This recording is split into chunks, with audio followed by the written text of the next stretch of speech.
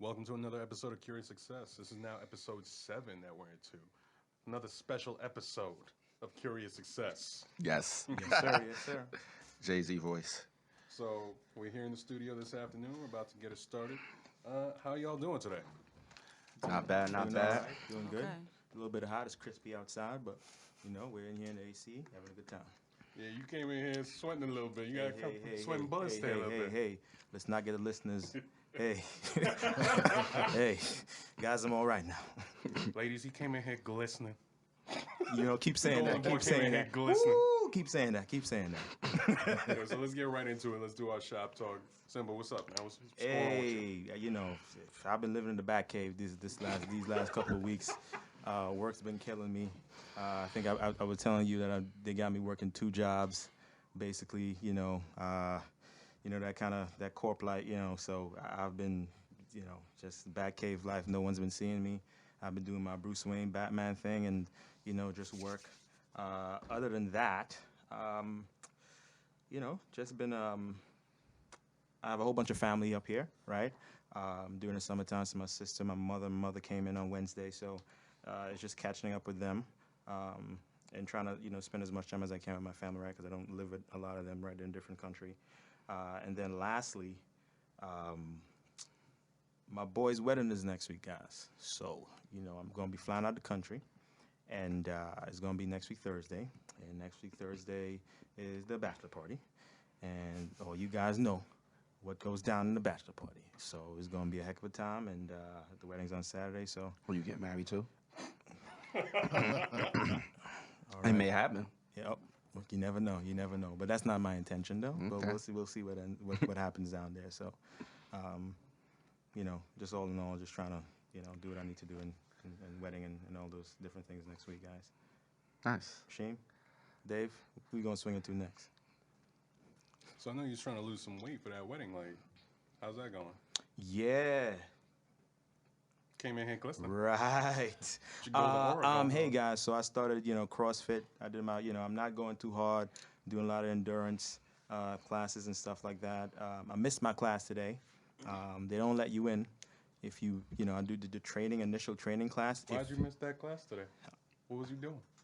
David, Dave, why you put me on the spot? You know what hey, knew Dave, I hold put on, you on hold the on. 90% is showing up, bro. You know what I'm. So guys, no, I went to an event this morning and with a friend of mine, and that's why I was late to my CrossFit class. But they don't let you in after like 5 minutes of these training classes. If you're like 5 minutes late, you can't just quickly join it or something like that. They tell you, hey, nope, you got to reschedule. So. But yeah, I'm trying to lose weight for the wedding. It's been going on and off because the diet, that it's boring because you got to stay consistent and the protein, the broccoli, Dieting is definitely tough. the healthy fats, the nuts, the avocados, and different things like that. The water, you know that as much as I, David. So it's tough. You're about to lose this bet on Monday. So guys, I got a bet with David that I don't want to go on too longer because I think we got other people who want to do the shop talk. So. Have a good day, guys. Rasheem, you up next. Go. Yo, this dude is mad long with it. We gonna cut that out, guys. So yeah. We gonna cut that out. We gonna edit that out. Don't worry about it. Yeah, Rasheem speaking now. Thank you. Anyway, Thanks for giving up the mic, man. one of the other key Curious Success key contributors. This was an interesting week. I actually had one of my participants in the program tell all staff but me he was going to smack me in the face. What? So he's going around telling every staff member that he was going to That he's smack gonna me in smack- my face. So this is the youth that you're working with that you're talking about? Yes. Okay. One of the youth I was working with, and he was mad at me because he said he was going to leave. He announced this like it was like really big news when he came onto the site, and I was like, okay, why are you talking about leaving? Because if it rains, I'm going to leave. I said, So you okay. can leave whenever they want? Or what? Well, yeah, not for my first job, not the second job, which is like a group home environment where they in that okay. place where it's You know, for a another second, I setup. thought you was like They can't leave. For a second, I thought you was like some staff member was walking around telling people he was gonna smack you in the face. I was Oh, like, no, your coworkers just be like no, trying no. to beat you up like that? Like, what is this? So it was. I just found it very hilarious because I'm like, this guy's telling everybody but me. Oh, because you're gonna get smacked. That's why. I mean, element of Surprise, surprise. yeah. Exactly. Yeah, And then so- everyone would laugh. Makes and be it like, better. Exactly. It's making a movie. But it's like the staff is like the staff's gonna let me know what's going on. So then when I confront him about this, he's like, it's not the I didn't say same. these things. None of that You know, happened. it's What not the you talking same. about? But it was like, why would you go through all these staff members and all women, by the way, because he loved the attention from the women at the program, and you know, saying that you're gonna slap me, and then it doesn't happen. What was the purpose of even saying that for? So, but he has like He's trying to get his they're swag not all the way sure up. with, like what he's actually experiencing in terms of like mental issues. So he's being reassessed for that. But I just found it really hilarious that he was just going around to every staff member, and this went on for like 2 hours. That he was meeting with different staff members. So it was like 4 or 5 staff members that came to me and said, he said he was going to do this. And I'm like, are you freaking kidding me? This is ridiculous. But other than that, the week was cool. I'm doing a barbecue for my youth next week that I'm excited about doing. So I'm planning that. And yeah, it's just been a constructive week. So I'm That's good. dope. Glad you didn't get bruised up a little bit. That's always a plus. It's always a good thing. Hey, Plus, we don't want you to have that face for radio. it adds character. Oh, I guess it's my turn. Yes, it is. Yeah, we're gonna tag you in right now. Tag, I'm it. So I guess, well, I know my name is Franchesca. Good. Welcome back. She's like, I know. No. Maybe today.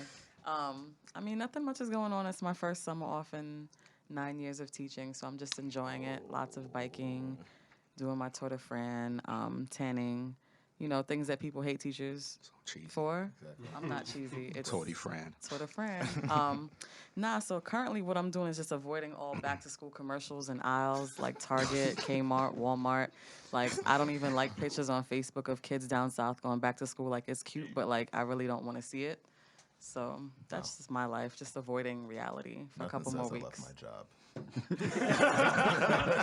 I mean, I love my job. I love it so much, but it's my first break in 9 years, so I'm enjoying it. Like, nobody wants to see book bags and pencils right now. Not one Enjoying teacher. Making your second appearance on the show. I appreciate that. Definitely, definitely. So I'm the rookie. Yes, sir. I'm the rookie carrying people's bags. Popping your podcast cherry. Exactly. Appreciate that. So I'm Kofi. Cam. I'll give my full name. People can try to find me, but they won't be able to. So yeah, it's been. I run a software company. It's been an interesting week. I just had a talk with my black partner. I realized, we're not going to get funding now. We're just going to have to pull ourselves up by our bootstraps and make it happen. There's the whole conversation about diversity in tech, and it's real, right? I'm sort of always struck by the fact that we're like, massive consumers of tech, but we're not building enough, and it's hard. It's not because we don't want to, it's just because it's hard to get resources. So we had a come to Jesus talk this week, and we sort of realized, okay, we're gonna have to sort things out and get it together. So we feel good about that. So that's a good thing that happened this week. It's actually a very good thing. I'm moving. I'm leaving the beautiful neighborhood of Harlem, and I'm, handing my black card for the leafy suburbs of New Rochelle. It's actually not that leafy, but we're moving up there. So my wife's excited by it. And I'm planning for my 3-year-old son's huge birthday party, which he tells me he's going to have every day. So I'm trying to figure out what that is. When is it? So hold on. He tells you. September 7th. Yeah, he wants a huge party. He's telling us to have it in the backyard. So He did may- you he say may have huge hired vendors. surprise birthday party. Well, it's not a surprise. Yes. It's not going to be a surprise because he's telling me to do it. If I said that's it, it's only a surprise how much it's probably going to so have he to kind of cost. runs the house. He kind of just runs the walk house, around, he's yeah. like, I mean, if you have kids. listen, he's like, listen, I'm gonna have a huge surprise party on this Yeah, date. you should he's show like, this is up. what I want. We're moving. He's like, paint my room blue. This is my room. Well, you can't have the biggest room in the house, so I want a king size bed. yeah, I'm trying to raise a lion. So Okay, I respect that. Welcome. thank you. I'm like Capadonna. You guys are Wu-Tang. So Rasheem, you want to get right into it and start off with the explanation of what this episode is and Oh, you don't want to talk about how well, it was your concept, sir. I feel like you could dive deeper into it than I can. know about your week. Oh man, I totally Shop forgot talk. about myself. All right. Let's we move was on all to right, the yeah. All right, let's move on to the. Clearly. Clearly, you didn't know. So Box out on his mics here. go ahead. So, my week was good, man. Like a couple basketball games, and 3 different teams and set a couple different games this week. Some stuff got rescheduled. Work has been interesting, mostly because I feel like the management is starting to notice that things that I do actually work because I've been having discussions with them about things to do, tactics, and positions we could take in order to make things better. And it shows in how I talk about what I'm doing and how I've been doing the follow-up and all those things. And how I point out, if we do X, this will happen, and then it happens. So just doing all the things I need to do, checking the boxes, and following through. Been a great week for me. About to win this bet on Monday and make this money. Simba about to lose. How much? How much what? How much I'm about to lose? You know what the bet is.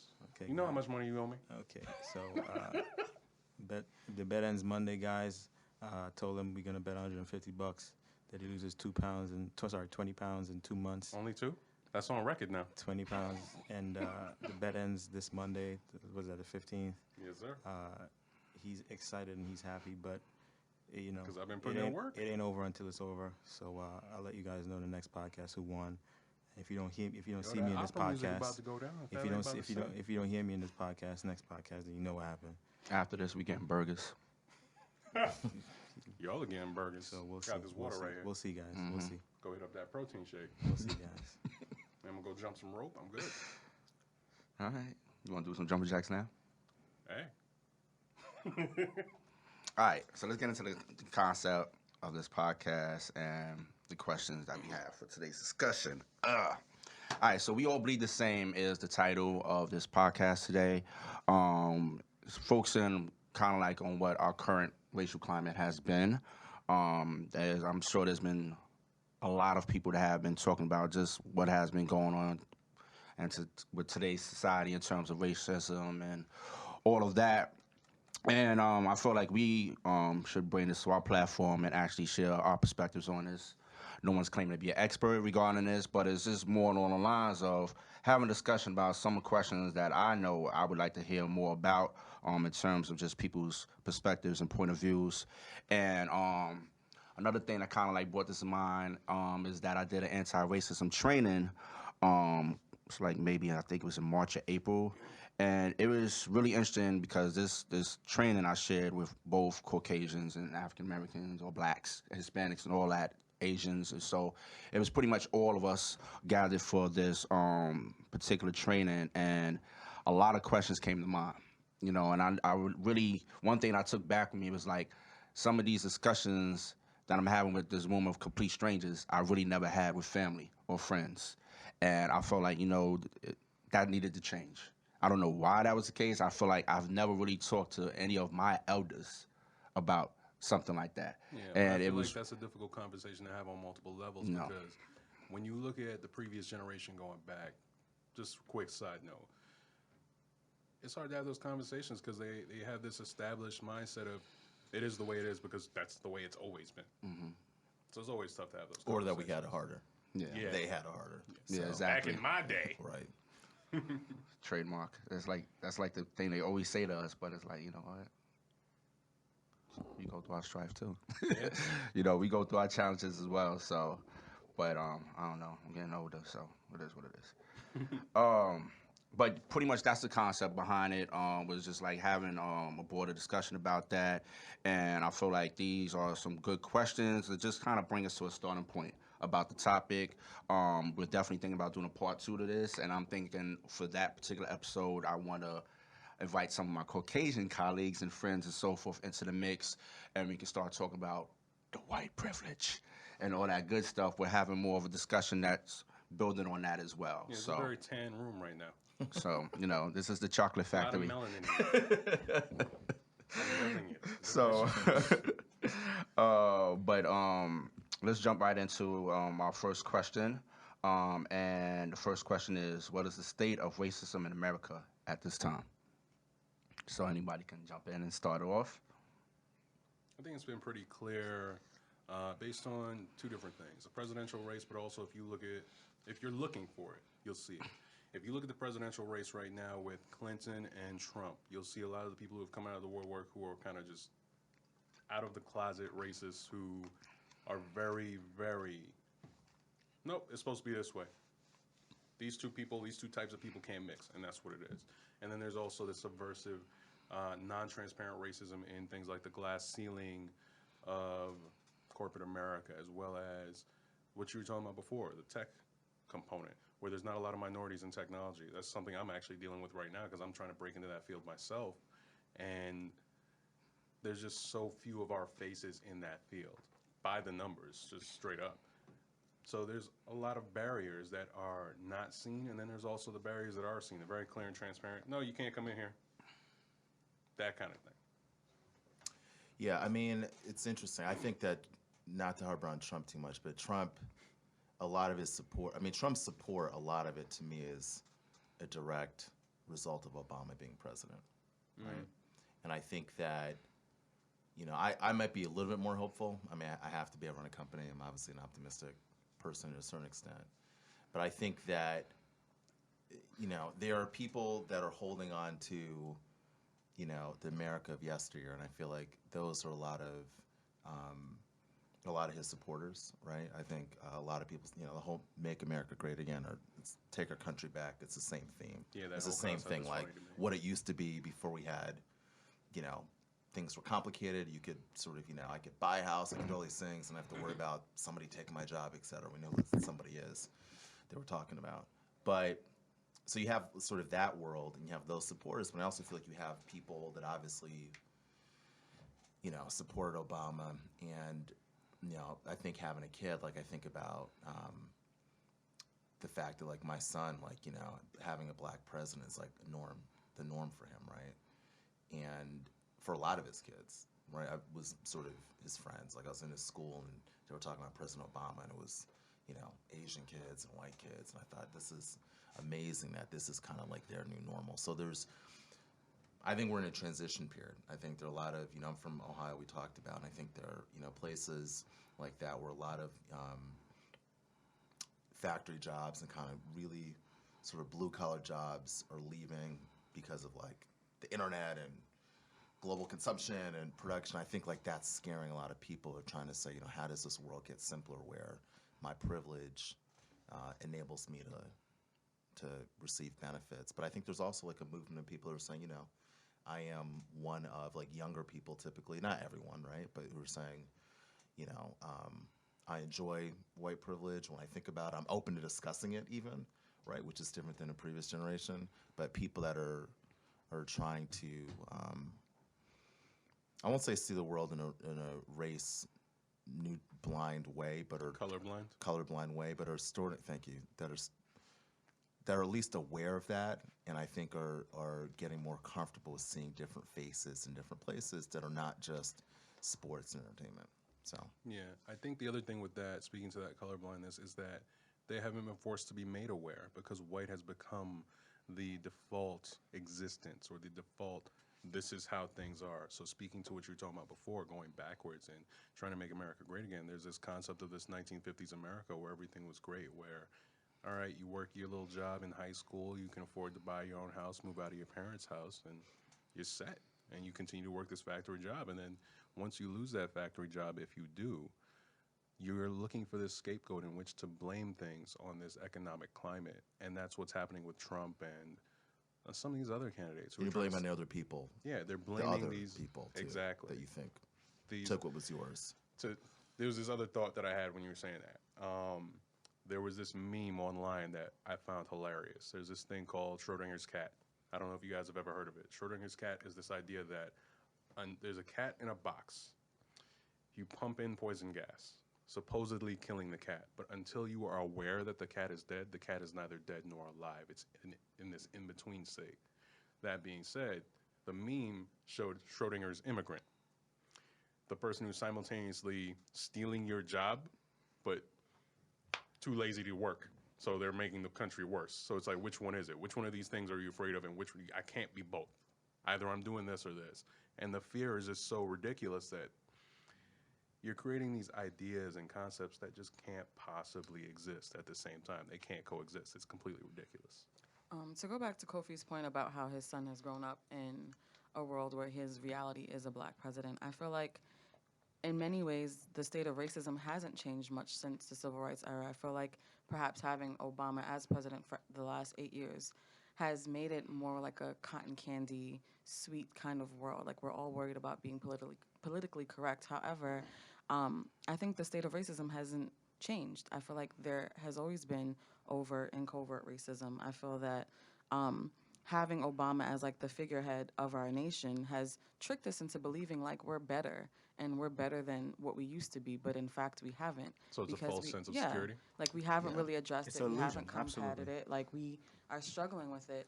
And I feel like it's just so like I feel that Trump's candidacy right now and all the xenophobia that he's spewing, like it scares us because we got comfortable I in agree with seeing that. him there. And it was a false comfort. It's always been the same. There's always been ceilings. There's always been racism.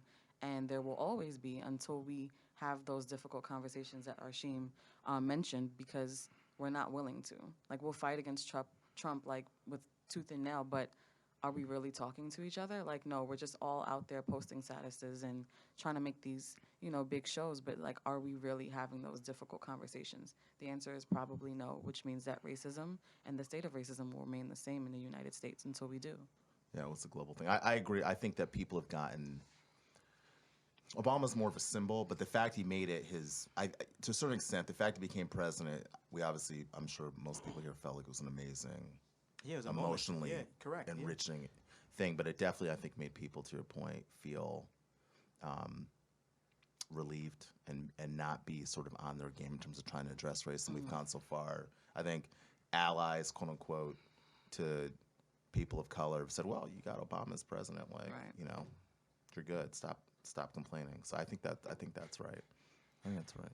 It's true, right? I mean, it's true. It is absolutely true, but it's also go back to the unrealistic racism, the unrealistic logic.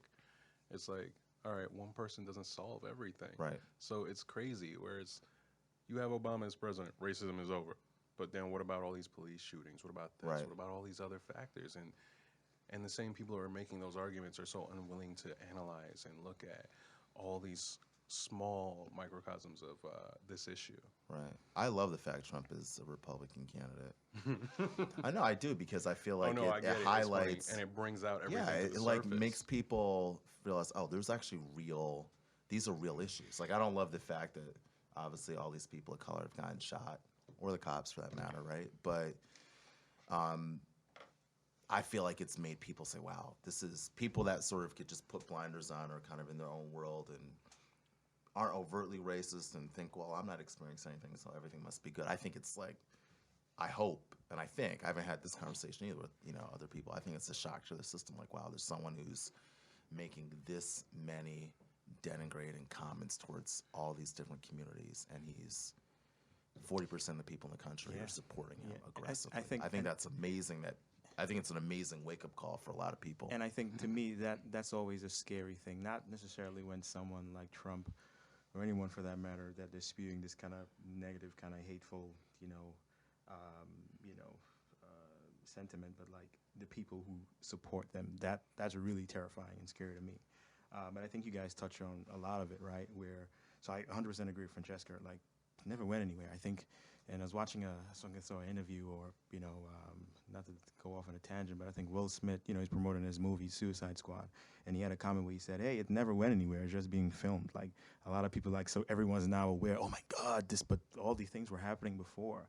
We just have the internet. We just have smartphones, and everyone has access to It's it just now. a buttload more cameras. Exactly. It's just a buttload more cameras, and that's why we can see it, right? And I think, to Francesca's point, so I was coming over here, got an Uber, right? Got my Uber pool on, and I was in the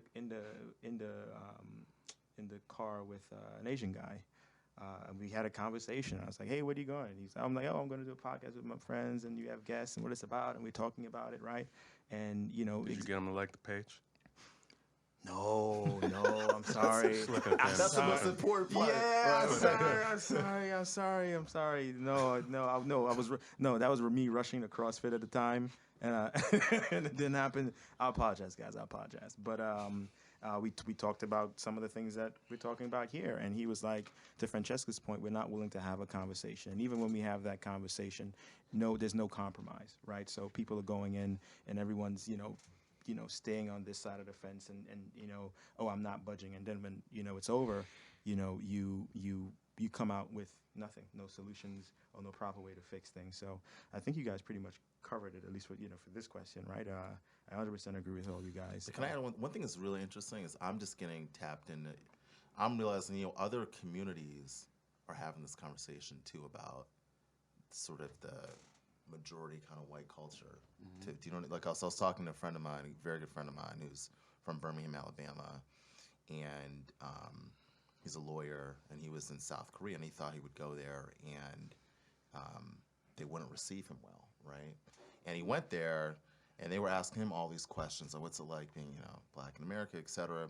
And a lot of members of the Korean community were talking about their own experiences coming here and how like they didn't have the issues necessarily we have of like just a base level of like of violence and lack of opportunity and something, but they were talking about their experiences sort of, not being accepted in different places, traveling and experiencing racism, not being able to sort of have people, like in the tech community, there's like for example, there are a lot of people talking about how like in the Asian community, a lot of the Asian people that work in tech are seen as like coders and very like tech-based, but they're not seen as like people that can run companies, people that can like manage people. And you know what I mean? And you even see it like even in finance, you see like, oh, you're a guy that can like run the numbers, but you're not a guy that can like lead the whole thing. And so it's really interesting hearing these conversations. Like I've been sort of just focused on like our communities, right? And it's not even just one community that I haven't really thought about the fact that, wow, like the world is browning. The world is saying, we don't accept like this standard of beauty. We don't accept, we've got competing, also worthy views on how we live and how we do business and how we view beauty, et cetera. It's actually pretty interesting that it's not just us. And I think feel like that. I absolutely think that all these movements, the BLM, Black Lives Matter, and different protests. I think, I remember having a conversation with friends, and we were arguing like, I'm African American, black, and he's like, man, I'm tired of this, man. Like even me, I got to the point where I wanted to do something. Like my friends, we wanted to write letters to different. We wanted to, you talk about, putting your money in black bank. Like do something. I got to the point where like, this is ridiculous now. And it's to your point, Kofi. It's really the guy in the Uber. He was like, I'm discussing these. He was going on vacation. He's like, I'm discussing these. He's Asian. I'm discussing this with my friends. Like, what's going? Like, they're more conscious about what's going on in our community, and they are willing to be like, hey, this is wrong. We need some answers. He's like, hey, man, I'll be honest. Hey, Simba, I don't know the answers, but I'm willing to assist with you guys, and let's see if we can come to a table, and because it's wrong. Right, so I think a lot of people are aware and cognizant of what's going on in our communities and the injustice and different things that are happening currently right now. And obviously, as to Francesca's point, there's always been going on, right? It's been ongoing, right? But I think buttload of cameras, right? Put that in air quotes, right? That I think is visible to everyone now. And to what you just said, I feel that one of the reasons why it's, I guess, resurfaced as such a big issue, like, that it's all coming back again, is because of the allies that we've developed. I feel that, unfortunately, our voices aren't being heard. They aren't respected. We are just looked at like, well, you guys are always just complaining about the same thing. You've been complaining about it for 400 years now. Like, just be quiet. And I feel that it is our allies, like, like the guy you were speaking to in the cab, people like that who we need, or who I feel actually will be the start of the change that we may see to come, because unfortunately I feel that our voices don't matter as our lives don't, and we need those other voices to make sure that our voice is being heard. I don't think it's that our voices don't matter so much as these particular narratives are marginalized. So to speak to what you were talking about before, Kofi, there are a series of narratives about each country, each race, as it were, each ethnicity, in terms of what they're good at, what they're not good at, that are perpetuated throughout our culture in terms of film, television, radio, etc. and these are the things that are allowed to proliferate worldwide versus the things that are allowed to proliferate that would be positives consistently across the board to show that we are all human, we are all the kind of the same, and that there are diversity in our abilities across the board. So when it comes to us talking about people have been talking about this for 400 years, you're absolutely right. But I feel like it's those particular narratives that have been marginalized and removed from the mainstream media and from radio, TV, everything. And nobody talks about the fact that, oh, we're being shot at a higher rate than everybody else, or as well as Native Americans and various other people. But in this particular instance, it's us. We're getting killed the most. So I'm gonna add this, and it might add to some more reactions based on the first question, at least. But because I work with youth, I think it's like always in my face just to understand how they are being instructed and educated, and I feel like the racism that's still here is still here because they're not being educated outside of this template of information that they've been receiving from probably since they started in school, about history and all other types of information that's been shared with them. It's like that template is like, you got this is standard, you're gonna get this standard, that's how your whole education process will be until you find, meet someone that's an independent thinker and actually can show that, okay, there's more to life than just this, and they get that exposure when a lot of them don't even get it. My nephews right now, I'll be looking at how their learning process has been, and they have such limited exposure. It's kind of disappointing, knowing that if they probably didn't live upstate New York for the most part, but if it was probably living in a city or a bigger city, they would have a lot more exposure and would see more about life, where they can cherish and value more things. But I feel like because they kind of like live in that environment, and the fact is they're already getting this information in school or their schooling process, they are lacking in exposure and they're lacking in certain values and certain principles. And this, like, the family value system for them is just way different. What they value and what they look at in terms of history and knowing about their heritage and stuff like that, I just really feel like it's misplaced. So that's interesting. I mean, you're saying a couple things, Rasheem, though. To me, it's like, part of this is just, like, I don't mean to be, I don't know if I'm the only parent. Am I the only parent here? Okay, so part of it's just like setting your expectations. Okay, I'm the old man. I'm the OG officially. Part of it's setting expectations. You're talking about like sort of setting expectations, right? And it's funny because I was talking to a friend of mine that's got 2 daughters, and he was telling me, he's like, look, your kid's going to school, just be prepared to like have to advocate, right? Be prepared to have to say, my kid needs to be in this class. Why isn't my kid getting X? You know what I mean? Like, there's just like a framework for kids of color, typically, right? Mm-hmm. Where, we are good in sports, we're good in X, we are. And that's that narrative. That's the narrative, right? And it's like one of the greatest injustices that ever happened to us is just the expectations set for our kids generally, right? In terms of making them feel like, the fact that there's societal weights that make them feel like their possibilities are very limited, right? Mm-hmm. It's not the kid's fault in a lot of ways. It's not even necessarily their parents' fault, like, because that's the stuff they were exposed to. Mm-hmm. And it's kind of what you're talking about, I think. It's a mix, right? Because, mm-hmm. You wake up as a parent, and I'm just, there's some days I just want to chill out. I don't want to answer my kid's question about why we're doing something a certain way. I want to watch TV. But why? I got to read to them. But why? Right, exactly. The infinite whys. I realize, like, it's kind of our jobs to, like, provide.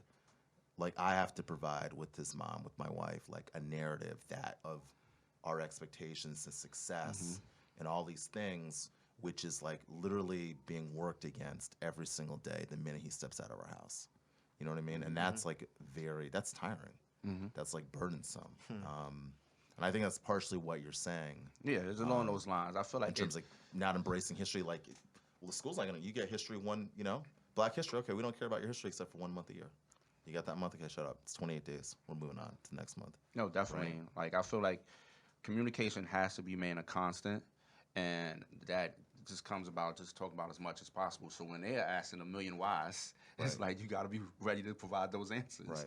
because it's a constant, testing and challenge for them, especially when they go outside into society or whatever. Right, but the you low know? expectations of society and the things that they're told is possible, the things they're told they are, like in our community uniquely, I feel like you have to work against that. Because by the time a kid gets to 16, 17, now you're doing all this work to try to like Undo undo this all this stuff damage. which has already happened, and it just happens just by the kid stepping outside your house. You're a And the part of it. cycle of miseducation continues. Right. I mean, think. well, you're a teacher. What do you Well, think? that's what I'm a I'll show teacher. this. I'm not an No, expert. I'm not an expert either. Unfortunately, New York City is the most segregated school district in the country, and you're right. Like What do there you mean are, by that part first? we are the I most didn't know that. segregated, meaning that there are like schools that are like fully just white, and there are schools that are just like fully black. Like if you look at the breakdown of our school districts, like there are like complete districts where it's like you'll find maybe like 1% minority. So like we are the most segregated.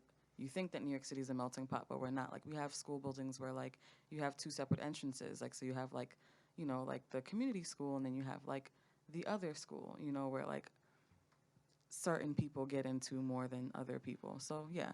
So like in my 9 years of teaching, I think I've taught one student who was not of color. And I've taught at 5 different high schools in 5 different districts within the city, and that's just the way it is. We are the most segregated. But to speak to your point about how, for me, it's like I take the onus, and I'm not a parent, but I am a parent in many ways to all of my high school students. So I do take that job very seriously to educate my students about where they come from and who they are and their potential.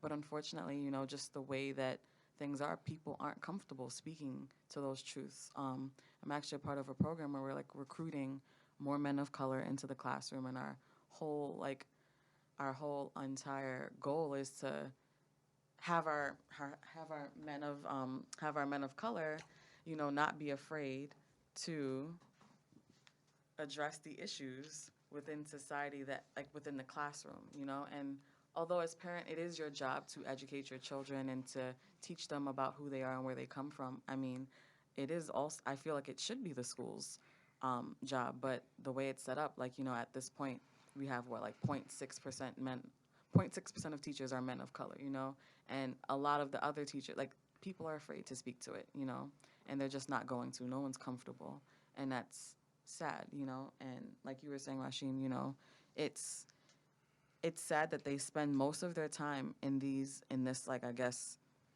this system, and that's also where they develop their sense of self and their sense of worth and identity, but it's also within that system where they're like crushed and they'll never see themselves in a fully colored painting of sorts. Well, thank you all for that. The second question is, are the majority and minorities of America completely unlike one another? Does that make sense to you guys? It took me a couple You mean read-throughs each on that other, one. or do you mean to the majority population? Like, is there vast differences between the two? All right, so you're looking at majorities, looking at minorities. Is there vast differences, or is there a lot of common ground between us? Does that make sense now? Yeah. Okay. So I saw this question before, and I immediately thought back to there's a couple episodes back that I think we talked about problems with authority. I thought immediately about the book I referenced there as well, which is Michelle Alexander's The New Jim Crow, where she speaks about how the reason racism more or less came about was because you had those people that were in power, those people who controlled the means of production, creating this dynamic in which people thought one group was better than another in order to keep control. And that was really the only reason that there was this idea of one group being better than one or the other.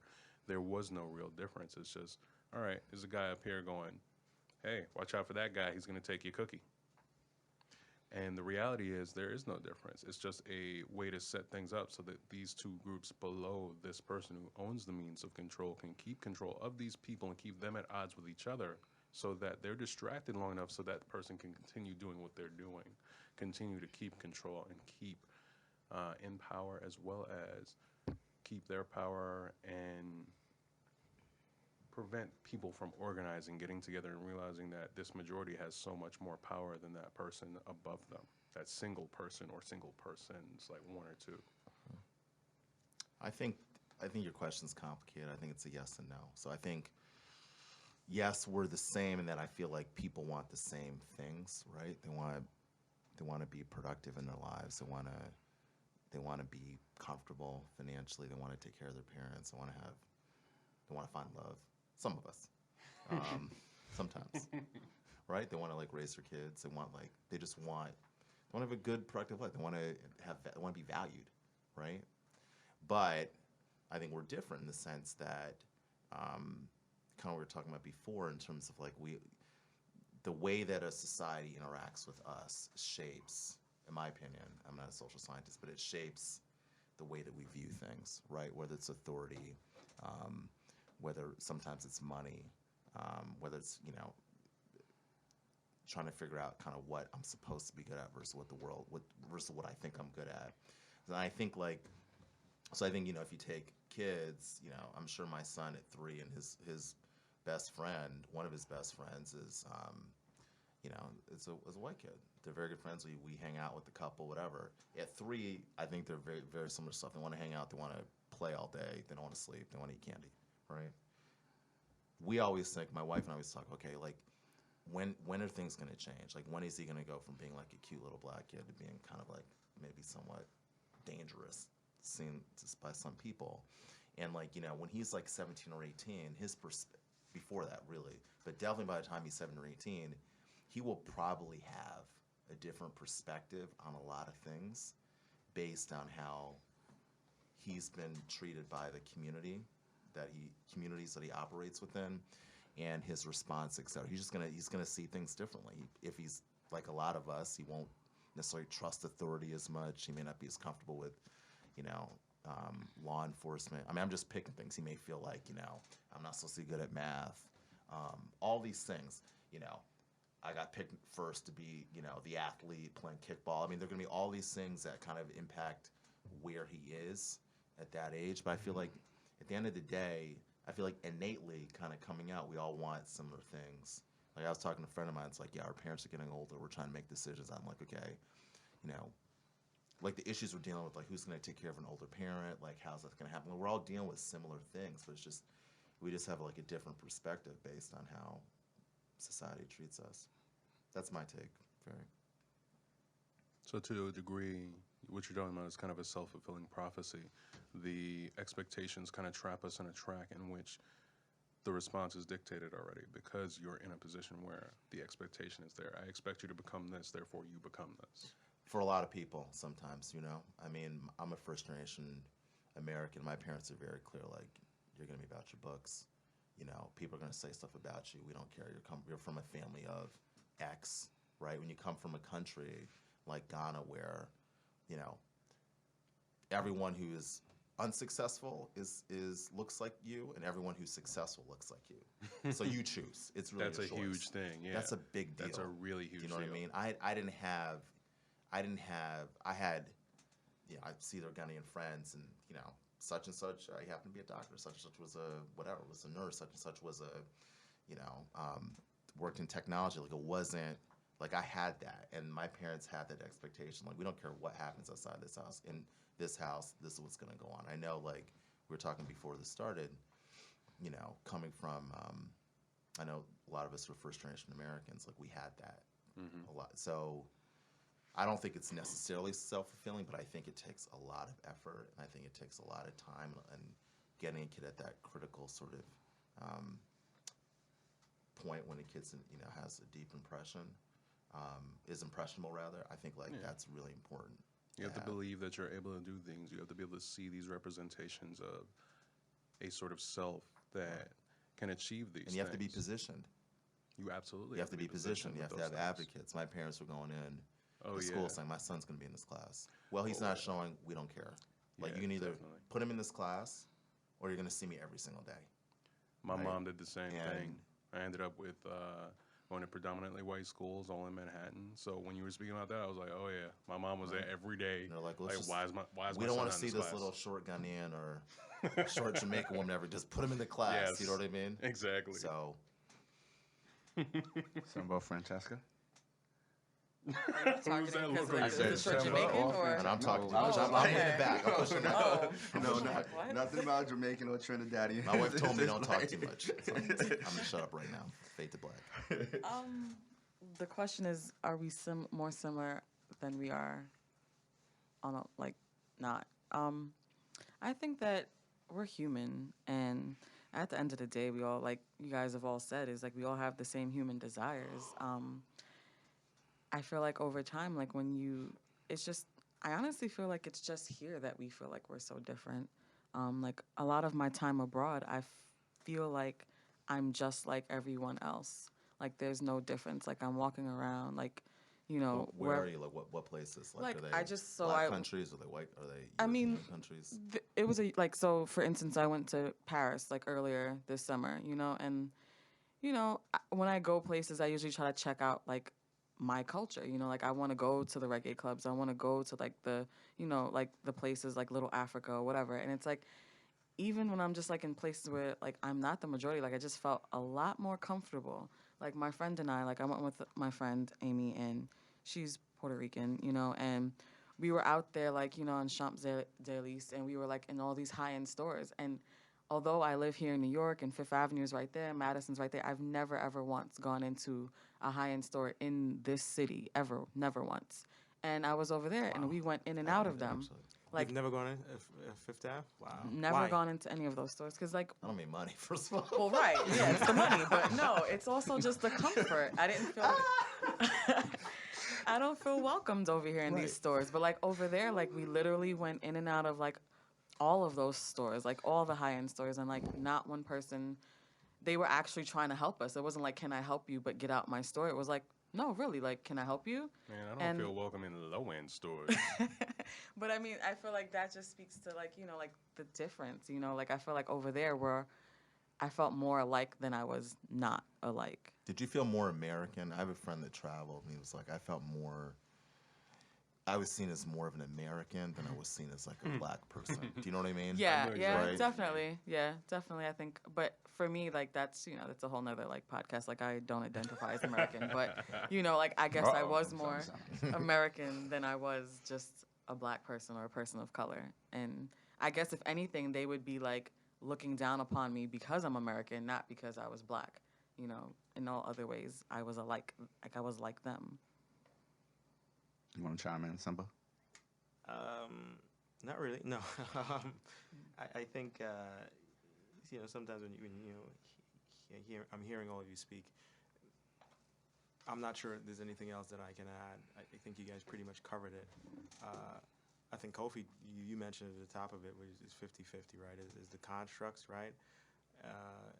But it's also, yeah, we all want the same things. We all have families, we all have siblings, we all have mothers, fathers, you know, and you all want to do different things. Same thing with me, like my sister and I, you know, so my mom is here, as I said, and I was there last night with her, and, you know, we're like, you know, I got to make sure when she's here, like she does this, and, you know, as the one, you know, so I have two sisters, right, so I'm the only boy, and it's like, well, you know, he has to, you know, so I'm originally from Trinidad and Tobago, so it's like the culture over there for what a man's supposed to be is different, right? So, you know, helping your mom and then sharing this with your mom and all your female, you know, family members, it's a different responsibility that I feel that I There's have. an expectation of you It's to take care of all absolutely your female from how I family grew up members. culturally, right? Yeah, Right? it's a very Caribbean thing. Absolutely, 100%. So, but no, I really feel you guys kind of covered the whole gamut, and I'm not sure I have many things to add to this particular question. So I look forward to the next one. Okay. I don't know about covering the whole gamut, but At least, no, in my opinion. It's my opinion. because you know knowledge is infinite. But anyway, no, it's not. Oh boy. But seriously, all right. So the next question is kind of like piggybacking off of this the previous question, where it's like, do minorities have their own identity in this day and age, or are they modeling that of the majority? You know, And in a way, I would say kind of like yes, because Yes to which one? minorities have been modeling that of the majority, because that's how it's been presented in terms of what is considered to be successful. So I feel like when we look to establish goals, from I know when I was young, all I wanted to do was because I've seen all these shows where I've seen a lot of Caucasian happy people that were rich and had a lot of money. I said, I want to be rich. Yeah. And it was like, that was like the only thing I kept saying is like, I want to be rich, had no plan, anything like that. Silver spoons. It was like, Silver Spoon was actually one of those, like, you seeing all these shows, seriously, when you were younger. And it was like, I want to be a happy white guy when I grow up. Yeah, so many words. How successful were you with that? Huh? Are you happy and white? No. Which part? Me don't bleach me skin. Wow. Wearing a white T-shirt. But yeah, I got a white tee. That'll be the win. That's like 45% of his body. But it wasn't to be a Caucasian rich, but it was just to be rich. It's hard, man. That's a tough thing, because that's so complicated. I know I keep saying that, but for how many kids? Like I mentor kids. You guys both work with kids. How many kids? What percentage of kids are you saying? Well, to do the things to make you successful is considered white, right? Like, I mean, I'm not obviously for the record, not all black kids are like that, right? Or kids of color, but to do the things of studying and this and that, and that's not something our community's about. So. But our community is about that. It depends on which culture you're talking about, because it does depend on. Yeah, because I know specifically in Caribbean culture, in my family in particular, and when I say my family, I mean my immediate family and my family in Jamaica, because they grew up around people like you. It's like, all right, you're able to see people who look like you who, if they did not try, they failed. If they did try, they succeeded. So I have a bunch of family members who are doctors, architects, engineers, and being able to see them, it's like, okay, I can do whatever I want. It's a matter of choice. But at the same time, when I'm at home, when I was growing up, and when I say home, I'm talking about here in the States, my mother was like, no, you have to be like this. And she would specifically, not in so many words, be like, you have to be like these white people here. You have to do these things that will allow you to be successful within their system. So weren't those the same things that people were doing to be successful back in the Caribbean? Yeah, but she didn't frame it like that. So let me add this. Because there are certain things, before you get to that, there are certain things within that culture that you have to mimic. That's what she's getting at. Or rather what she was getting at. I agree. I'm just saying that, maybe this is radical. I don't accept that those things are a white thing. A white thing. No, I don't agree. You know at what all. I mean? I know you don't agree. I'm just saying. Now that I'm at this age, it's like, no, this is just what you have to do to be successful. Right. This is what successful. Whatever you want to be, Simone Biles. You know what I mean? You it's gotta the work same at it. stuff. It's the same thing. You got to be dedicated to your craft, etc. So I don't like that. I know the question you're asking, but I feel like so many of the kids say this is like they ascribe so much of like the successful stuff to when frankly, I mean, we don't want to go into this podcast, but mathematics, all these things that like people of color created, right? Math is big. Those things were not impacted by.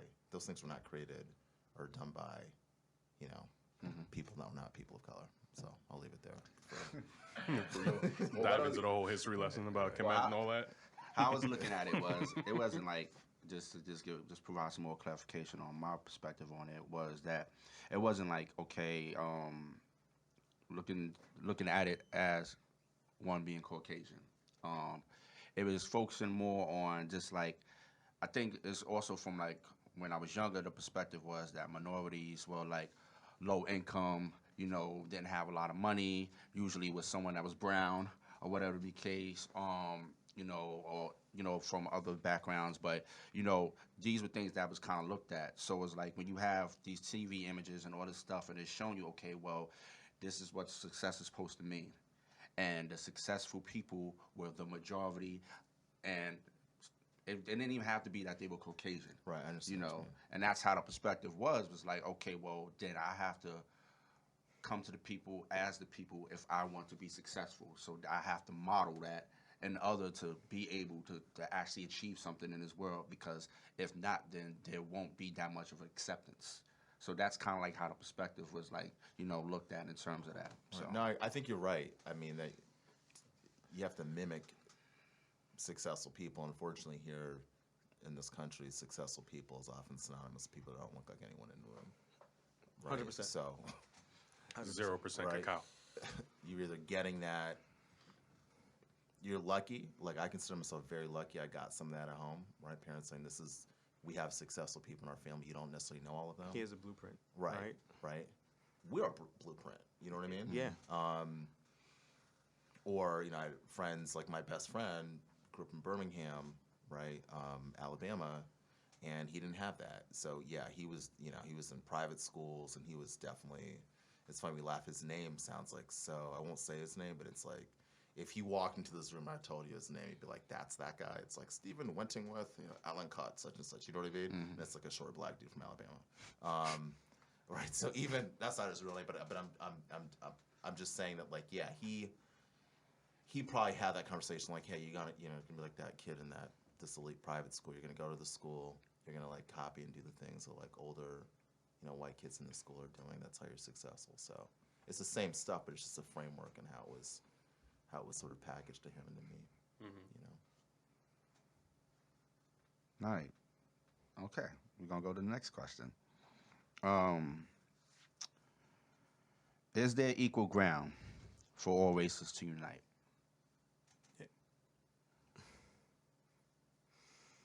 Ooh, that's a tough one. I know we've probably been saying this every question the first time someone responds to it, but like that's a complex. That is so. Yeah, that's a tough one. I don't know. You would hope so, but when you start to look at like the framework, and you look how things were created and how things were started and why things are the way it is, right? So, you're talking about how you mimic, right? I work in corporate, right? You wear shirts and ties, you talk a certain way. When people see me, they're, oh my God, he's so, you talk, oh, he's so polished and he looks a certain way. Oh, yeah, we should have him talking to clients. And like, there's a project where it's, oh no, let's get Simba. Oh my God, like, we can have him, he looks a certain way. When he dresses up, he has that look. I literally remember working and this white woman came over to me and sat in my cube. And she, older woman, Careful, this is PG. No. I know this is going. At first you were glistening when you walked in. You were glistening earlier. Now, You had the golden aura. right? I'm just I don't know. What's happened there? And that's so ridiculous. He has been working out, ladies. No, come on. He is wearing a tank top. No, because it's hot outside. We ain't outside no more, though. You know what? I'll get my shirt. Sorry, so she came in. She came in and the idea of when people look at you and they obviously typically success, or at least right now, obviously someone who's not of a certain color, and she immediately was like, oh, I think you're absolutely this type of person, and we want to get you here, and we're an advocate, right, for you, and we believe, you look a certain way. And mind you, there are other black people there, and they, in their eyes, that's not what success looks like. That's not the blueprint you should follow. So I've had a lot of people who believed, or Kofi, I will always say the same thing. I constantly say I'm lucky to work where I work and to do what I'm doing. And people say, oh, well, so that's not the case. You did certain things. You're smart. They're trying. But I always say, that's the first thing I say. Going back to round it up to your question, Rasheem, that's tough, man. I if I'm being the happy-go-lucky, glass half full, sure. We can get to an equal ground, but you when you start reading and researching, and you obviously talk about knowledge is infinite, and you learn different things and how this came to be and why this is such, and you work in different places and you understand, oh, why this person or the people who are in certain positions are not, why, right, there's a certain structure, power structure, and if we were to ever get like an equal ground, then certain things would have to be broken, right? A system would have to be broken that's been going on for years and years and years. Like, and you think about that, right? Is that possible? Are they going to allow that? If I was in a certain position, am I going? And it was, we have a history or a generation, like if I'm a family or whatever, and someone asked me to change, and I would break that history or legacy, right? If it was a good thing, right? Would I do it? You know, it's extremely difficult. I don't have the answers. I'm going to say I don't know, but I'm cautiously optimistic. I'm optimistic on that it would happen. You're asking if it has to happen? Can it will happen? happen? If it will happen, or like, what do you? Yeah, can Can it happen? Can it happen? Can it happen that we unite? Yeah. I don't know, man. I I'll leave that up to you guys. I don't think so. Okay. Yeah. I hate saying that. I really don't think. I mean, this is uniting where people. Yes. So the answer to your question, in my opinion, is probably yes, but not the way I would like it. Right. So uniting in Then a it's position of unequal, where we're unequals, right, is not going to happen. Uniting in a society where we're happy, sort of just being at the table, not running the table, whatever that table is. Do you know what I mean? But even yeah. in that, are you really equal? We're not equal. No. So if then we're no. going to be equal, I think to me the only time when so I immigrated here, right? The only time, and you guys correct me if I'm wrong, the only time when I've seen people of all different colors, and I think it's all the same with other countries as well, where people unite and they forget about races. We all, as to the point we all are Americans, are like when some significant tragedy happens and it's us against whoever. or sports. Exactly. Or sports. And people unite, and you feel like, so 9/11, I wasn't here yet, but I know if you're speaking with people who were here,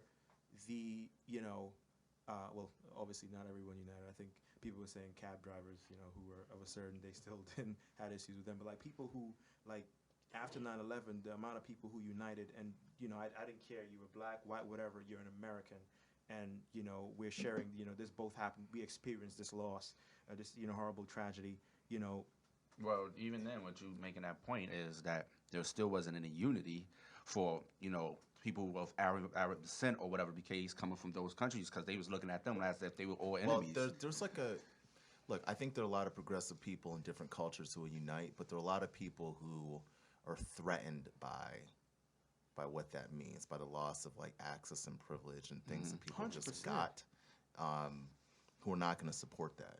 I mean, it's part of the reason I will not live in certain parts of the country, because I know, not that New York's perfect, but I feel like there are some progressive people here of different races. Like, I want to be part of the solution. I want to do things as long as it doesn't mess me up too much. But you know what I mean? They want to have a voice, right? Like they want to be part and contribute.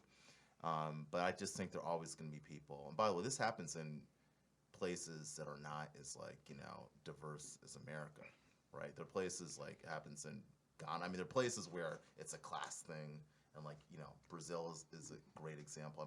Which is somewhat diverse, but not as diverse as here. I just think when you have economic interests and people that feel threatened, whatever advantage, and then the people in power are like, well, you shouldn't feel that bad. I'm doing much better than you, but you shouldn't feel bad because you're doing better than him. Exactly. Right? I think- As long as Hey, that guy's exists. gonna take your cookie. Right.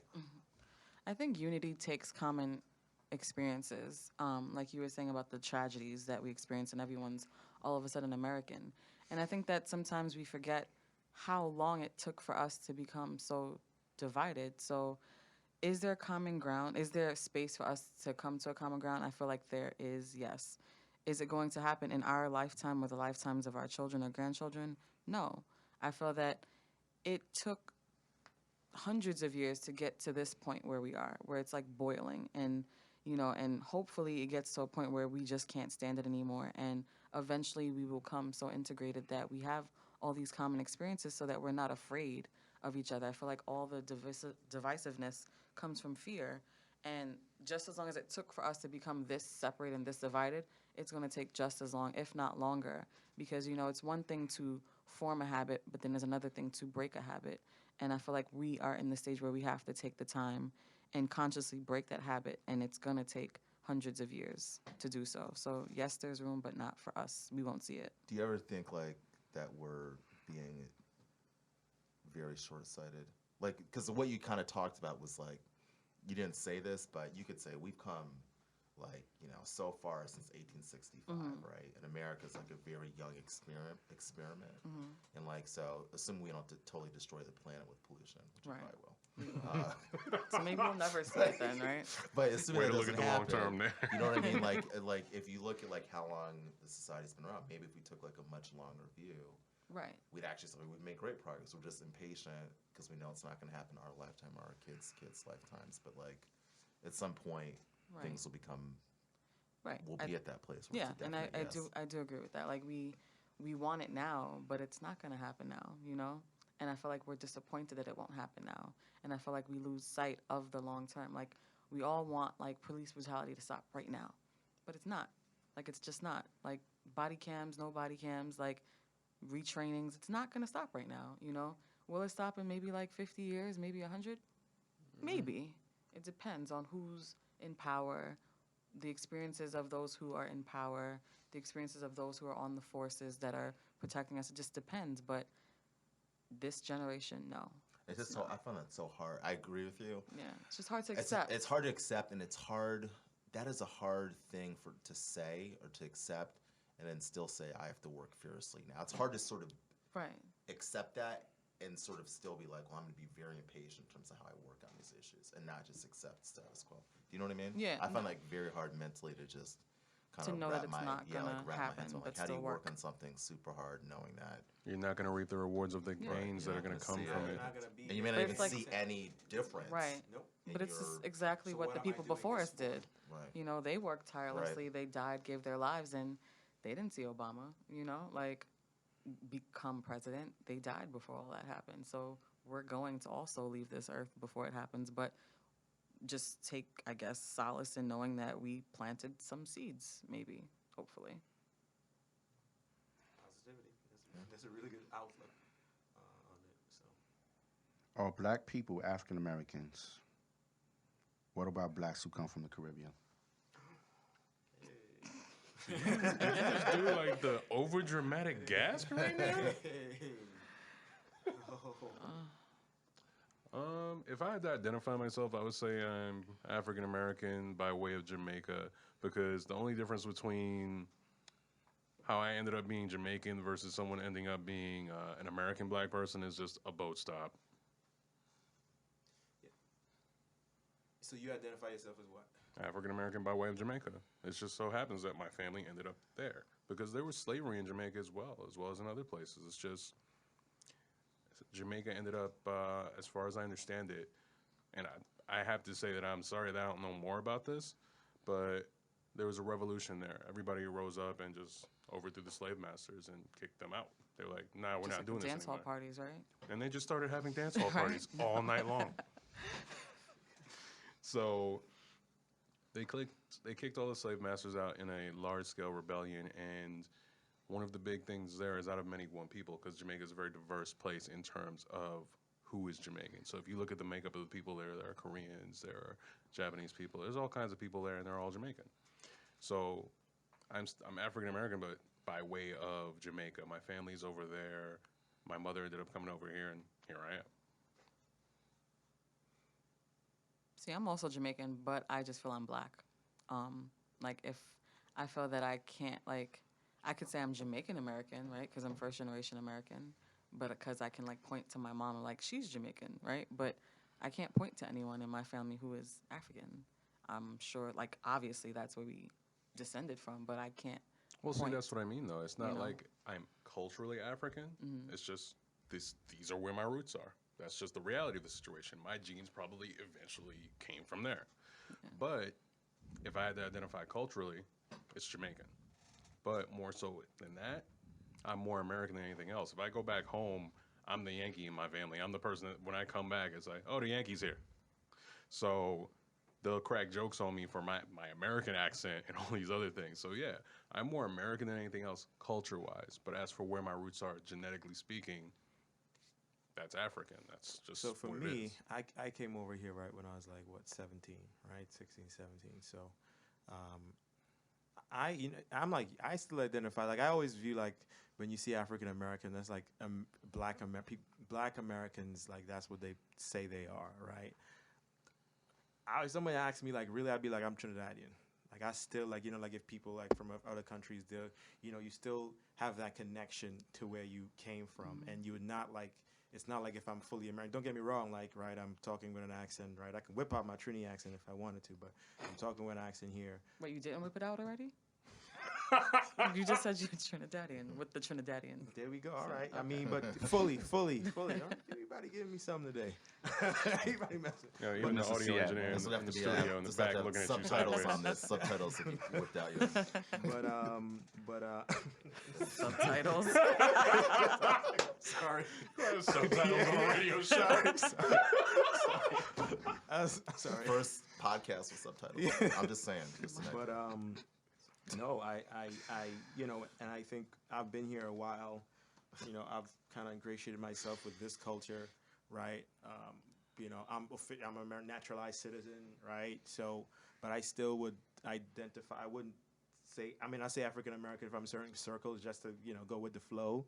But if I really be like, hey, I'm Caribbean. I'm Trini. Like, like that's what I say. Even though in short, probably pretty soon, by the numbers, I'll have lived more of my life in America than where I originally grew, culturally born and raised, and what my roots, going to church and all those different things, right? So I, going with the flow, I'll say African American, checking it off. But if you ask me like in a setting, I'll be like, hey, nah, I'm Trini. Yeah. I don't know. It just, and certain people like other Caribbean folks, who they all say that like, hey, I'm from the Spice Island, or I'm Bayesian, or I'm like went to school here, working here, probably gonna live here, right? Not gonna probably they're going back home as just a vacation and retirement, but the kids probably gonna be here, but they still identify as where they came from instead of being like, oh, I'm African American, I'm an American person. Like even if they're naturalized citizen, right? I had to go and do a whole swearing in, and and me and my sister, we did it together, and we looked at each other like, we still Trinis, like we still Trinis. What you talking about, right? So that's how and the people that I know, other, also my friends who came up here, and one's an engineer, one went to different school, and he's in communications and different things like that, and we all identify ourselves as, hey, we're Trini first. Like Olympics are on. Sure. So I've literally at an event this morning, and I'm looking at. So everyone is all this national pride, and everyone, so we had a whole bunch of Trinidadians in the heat, right? My cousin actually is an Olympian, right? He came, Richard Thompson, he came second to Usain Bolt in the 2008 Beijing Olympics, right? So, so actually family, right? Through the grapevine, right? And he was in the heat. When was you going to tell us this? I think I told you guys sometime. You didn't tell No, you I never didn't. told I us didn't this, tell man. you. No. I apologize. We're like 2 steps away from greatness. You're over here like just casually name dropping. Like, I know. I thought yeah, no. silver medal. Yeah. No, it was Regular day. Okay, yeah. Just tell your story, man. You're right. We But don't get on you for this later, but tell your it's like story. your mom's cousin, child, like it's second, third cousin type of thing. But again, we had family reunions growing up, so we all know each other, right? Fairly, right? But no, look. So and we, I couldn't watch the actual events, right? But everyone's like, and again, man, your family from Trini and different things like that. But a lot of people live here. I'm rooting for the Trinis. I'm rooting for Richard Thompson and Rondell and Michael, Blendman. Like I'm rooting for the Trinis. Americans, sure, cool, do your thing, but if we didn't make it to qualify to another round of 100 meters. So you know what we said? Yo, we gonna root for Usain Bolt. Like, we Jamaican all day. Like that's if we are not in, we gonna go to the next Caribbean island and we gonna support. That's how it goes. Usain Bolt all day. Hey, I'm like that with soccer.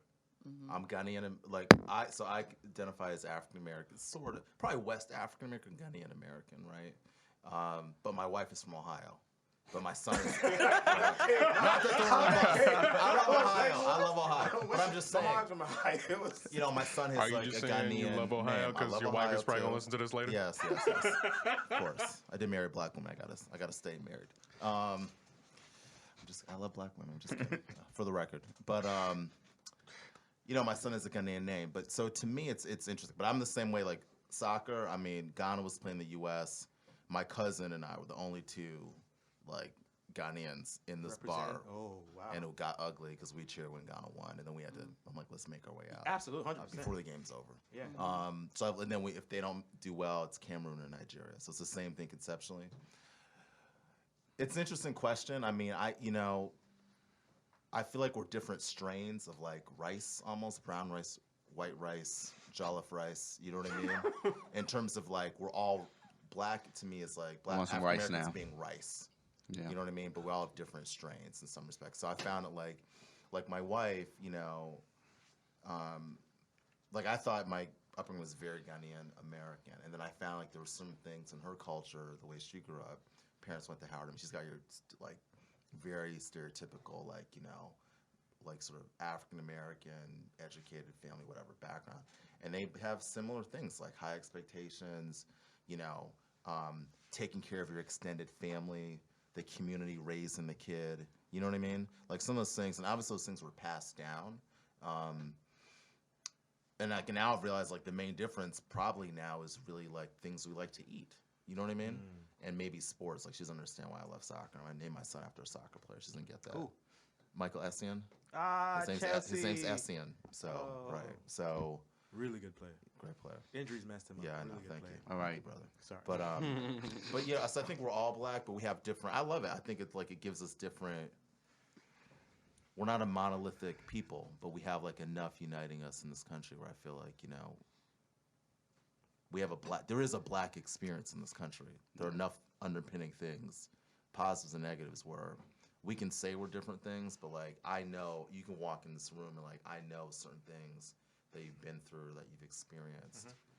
I just know without even really knowing you. Right. Yeah, I'm kind of like more in agreement. Well, I do agree with everyone's perspectives, but I kind of favor the perspective that Franchesca has in terms of just identifying myself as black. I don't. It's like that's the culture that I feel like I was raised on as being more Americanized or whatever the case is pretty much all I know. I don't really like I said, certain conversations were not had, like, you know, from elders, you know, family members. It's like, in terms of actually saying, you know, this is your history. This is what you need to be more aware of. This is how you should go about pursuing the knowledge to find out more about this or whatever. It was just the conversations were not had. So it's like, okay, well, to the best of my ability, this is how I have to, you know, form my identity, you know, because I didn't see that part and like really don't know too much about it, you know, and I feel like I was like somewhat cheated out of that. But is difficult when you are raised in an environment of dysfunction. And I just felt like that's how the family environment that I was raised in was pretty much like. It was a lot of dysfunction. It was like certain things would just didn't take priority. Like this part of like you just need to worry about surviving. And that was like the main thing that was pushed on us. Like me and my siblings, I just felt like that's like the main perspective for us. It was just making sure that we survive. We probably, you know, get out of this project environment, get into this type of environment, and try to be as successful as you can be based off of that, you know. And I think that's why, like, you know, just that perspective or just that way of identifying, I'm just not in tune with. So I just look at myself as a young black man or old black man or whatever black man, you know. And maybe if I don't know, have more conversations and like learn more about the history and the culture, I could identify more with that side. But I just felt like I never really had the opportunity to really know about it. But do you want to? At this, In you a know what I way- mean? Like, in does a it way, matter? in a way, I feel like I take pride and I take more pride in just being black. You know, I feel like that speaks a lot to like I feel like that's more universal. You know, and it's not saying I'm just being focused on just one area, because I feel like the black man has been all over the world, you know, so it's not like it has to be to one particular area. No, it's a big umbrella of accomplishment. You know, so it's like, you know, Taking it even though all. I like, you know, always pick up Brooklyn, you know, because I'm like, you know, because I'm from Brooklyn, you know, it is what it is. But The Bronx. Thank you. the where? The Bronx. Oh, excuse me. But but you know, it's just like I think that's like one of the things I look at in terms of that is just like, you know, like I feel like the more universal term for me is black. So And to go off of that, I feel that I guess that's partially why I say I'm just black. Like growing up, I was always like, I'm Jamaican, and then, you know. But I think that all these different labels, in a way, also contributes to us being divided because, when we leave America, we're all black. Like, they're not worried about if you're African American or Jamaican American or whatever you are claiming. Like, you're just another black person or person of color. And I think that sometimes all these labels or politically correct labels, like, I feel like a lot of people are afraid to just say black. Like, I always have to tell my coworkers, like, especially when I'm doing my units on, like, race and culture and power, I'm like, just say black. You don't have to, like, keep on saying African American. Like, it takes too long. Just say just say black people. Like, it's not, don't be afraid of it. Do they look over at you and give you like an awkward glance when that's happening? No, because I think the people I work with, I think through the power of conversation, they become very comfortable and they become comfortable with saying things that they normally probably wouldn't be. But I think that, all the other terms do contribute to more division, because I feel like, I'm over here pumping African American, you're over there pumping black, and it's like, oh, those are black Americans, but I'm this. And it's like, at the end of the day, when it comes down to it, like, when the police is shooting you because they're afraid of you, it's not because you're African American or you're Ghanaian American. It's because you are darker colored and you are black. Well, to speak to that, the thing is, I identify with black first, but then my subculture are all those other things. Right. So these are all the things that come together to make me who I am at the end of the day. It's not I identify with one over the other. I know that these are all the components, if you will, in the mix. Right, but the part of what you're saying, which is not being said here, is, the sort of the people don't not want to be affiliated with being black, right? Or not want to be like black American, like I don't want to be that. I want to be Ghanaian American, Right. or whatever, right? So, and we know that that exists in different cultures. So, I hear what you're saying. I am proud to be called black. Like I'm to me, it's not like, oh, there's an absence of culture, et cetera, which I know a lot of people sometimes feel. I feel like, to me, being a first generation American, I'm like kind of excited. I enjoy being affiliated with like so many contributions, like probably unfairly. You know what I'm saying? I'm like, oh, you want a time to Duke Ellington? Cool. Jesse Owens? Cool. Like all these, you know what I mean? Like it's such a rich, amazing culture that we've made here, like a way for ourselves in like such adverse circumstances to make so many crazy contributions, and people don't believe in us and the system's not supporting us. I think it's amazing. I like how we persevere. Yeah, through it's all like that. we are amazing. Black people are amazing people. Like you just cannot convince me otherwise. And so, but what you're saying is, yeah, there is like to me like a negative. There are things in the different subcultures that sometimes say you are this to the exclusion of that, and you should be happy about that because you don't want to be that. Remember, right? and correct me if I'm wrong, I never used to follow it like that, but isn't that what like Tiger Woods did? Or Kaplan Asian.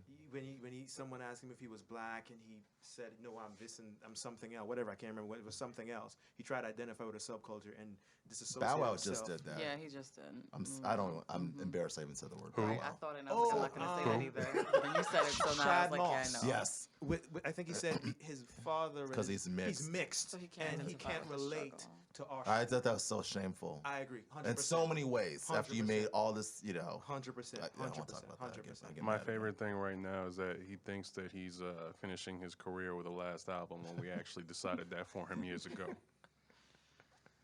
Anyway, let's move past that. it. Evidently a Bow Wow fan. Clearly, you have rotation. You just sounded So real it's not sad Bow Wow. right now. It's Spotify. Do not start quoting his lyrics. He pre-ordered the Bow Wow album coming out in fall. Don't disrespect. Taking shots at Bow Wow. Chad Moss. It was too. love like it was, well, not really him, Roll Bounce was but epic. Yo, that side eye, that epic side eye right now. but like Trump, I didn't even want to talk about it all. Some people just you don't want to give him light, but it's understanding based on the fact that he's doing what he has been doing. But yeah, moving right along. Should black on black crime be reported more? How? Like, Yeah, what do you how mean can by we that? report it more? Yeah. Like, I want you to So elaborate on that. this That is doesn't my make thing, sense to me. right? Yeah, how do you feel about it? So because I work in the Bronx, and the South Bronx is considered a high crime area. All right, they have a news station, Bronx 12 News, right? Brooklyn too. There's parts of Francesca, what's Hold on, hold on, hold on. guys? So, hold Francesca's on, face guys. right now. Someone's making a bunch of facial Yeah, expressions like right you look now. I'm not to, making any to all the You are listeners, so making faces I right am now. not all making the any faces listeners right right now, Francesca's making tons of faces right now. All right. What's the issue with Nothing. what Rasheem Continue, just Rasheem. said? No, you going through something, but Go ahead. As I was saying, We're gonna be switching seats. it's not looking good over here. But no, it was so you have the Bronx 12 News, right? This news station, and it pretty much reports on a lot of the issues that have been occurring in the Bronx and a lot of the crime issues, because it's like, you know, you have gangs across certain parts of New York City, but there's a huge like gang population in South Bronx. And they have been like reporting all these incidences, occurrences, and so forth. But that's local, you know, and that's like kept, and like I feel like it's isolated news. So it's like you don't hear about this stuff worldwide, or you know, across the city or whatever being the case, or across the world, because it's just isolated stuff that's going on. And I understand your question. You know, so your that- question's about like so that information be about, shared like- more, so people can be more aware. Like, okay, this has been occurring on like no, for years. you're asking, but your question, I understand. Your question's almost like, to me, I think what you're saying is, you know, it's kind of about like our lives mattering, right? Because like a woman from from Kansas gets kidnapped, and the whole world knows about it. A woman from like Philadelphia gets kidnapped, and nobody cares. Just kind of that, right? Like yes. Right, I'm sorry, I started laughing, but I thought of a Patrice O'Neal joke where he's talking about Rest in the peace. value of, Rest in peace, Rip. Yes, rest in peace. He was talking about the value of white life versus black life, and he was talking about, if I ever go to another country, I'm gonna bring a white baby on a keychain to make sure they find me. I'm gonna dress the baby white. He's gonna be wearing little sweatpants, little shirt. They're gonna find me. But if I lose that baby, I'm doomed. right. I lose that keychain. Yeah. I don't know. I mean, I would, I know what I just feel like this narrative of like, that narrative of black people are so violent, because I just feel like it'll feed into that. And you guys know, I mean, right? Black people are killing, 90% of black people are killed by black people. Like 85% of white people are killed by white people. Yeah. It depends on where And you they live. talk about that's based on proximity, right? How close people are to each other, and that's what happens, And right? So it's anytime, not. and anytime, like, I don't want it reported more in the way that you say, just because I feel like that argument is used so much to say, It would play this into is that why, narrative. this is why, well, you're arguing about, like, cops killing black people. What about all the deaths in Chicago? Obama should be, I'm just so tired of that,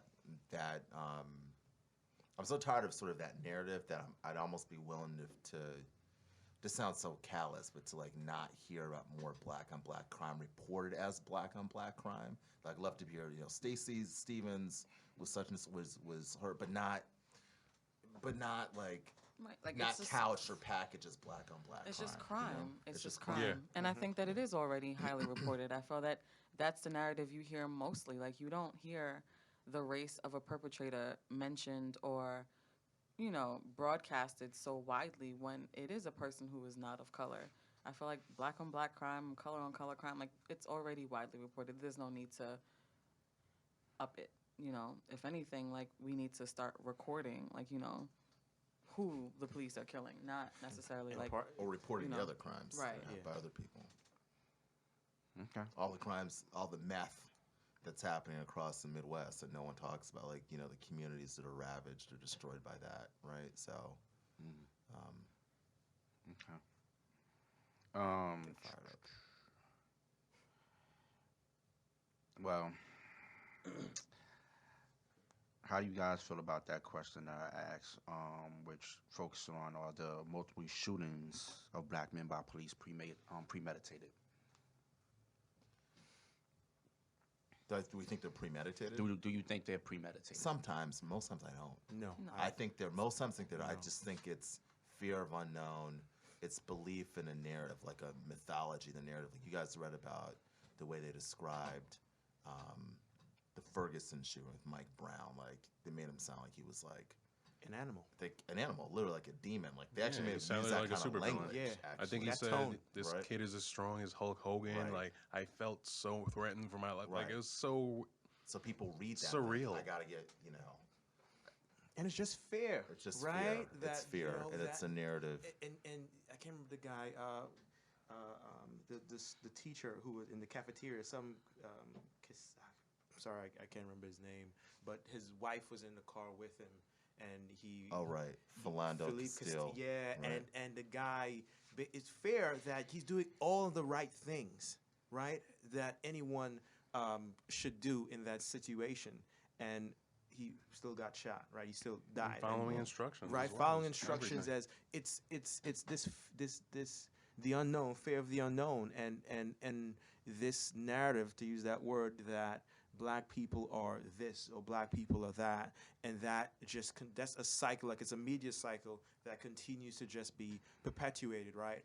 And so when these cops are out there, when a situation happens, that's the first thing they go Right, to. a split second. Reaction. That's It's their a reflex heuristic. action That's their, because that's what that's I their have. That's my framework. exactly. Right. That's my framework. That's my construct already. So when something happens, boom, right? And even me now, knock on wood, I've never been stopped by the police, or nothing has ever happened to me from that perspective. But with all these shootings that's been happening, even me, like walking next to the police station now and seeing cops, You have a construct now, right? 100%. Exactly. I, don't get me wrong. I never used to do anything, I guess wrong, or for me to get for a cop to pull me over or say, hey, hey, and I wasn't suspicious, so to speak. But because of what they're doing to black men, I'm now, I'm quick to Hyper aware.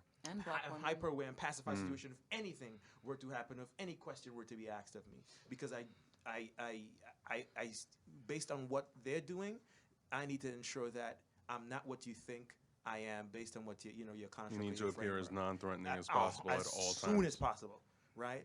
And if I'm not mistaken, down the street from where you live is a police station. if So I'm not every mistaken. time when I get my dry cleaning and I walk by it and I see, what today is, earlier this week I went in the morning to get my dry cleaning for work, and I'm walking with my shirt, right, and they see me, right, they saw me walking to get it, and I'm, good morning, and when I got it and I'm walking back, they see me, oh, okay, he went dry cleaning, you see him, like, he's going to work, right, he's doing something, in my head, I'm like, if there's if they're about to say something, sir, hey, I'm just going for garbage clean. I'm just going, like, I immediately want to let that out, so you don't think that I'm about to do something, so you can pull out your pistol instead of pulling out a taser or pulling out other means of. That's sad. But you know, even it's to have it even escalate to a taser or anything like that, any kind of force. A lot of the response, situations that we've seen recently, sometimes you can argue, right? I'm not a that they could have police. de-escalated They could have yeah. with a taser or with other weapons that they have to de-escalate a Conversation. situation,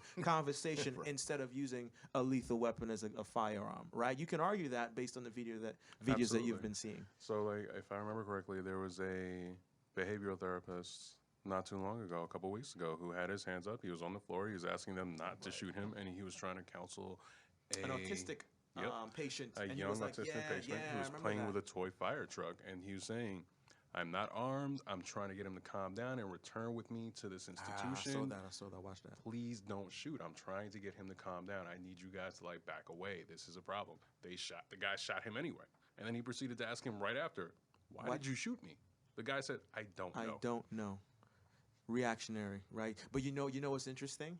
Even in that, so I think what happened, they reported a child in the street, not with a toy truck, but with a firearm. No, or some- actually, at least what I heard, it was a man who had suicidal tendencies, who was threatening to kill himself, which makes no sense to me on so many levels. One, if there's a person trying to kill themselves, trying to inflict harm on their own body, what is the issue of you needing to use force on someone who's trying to stop that person?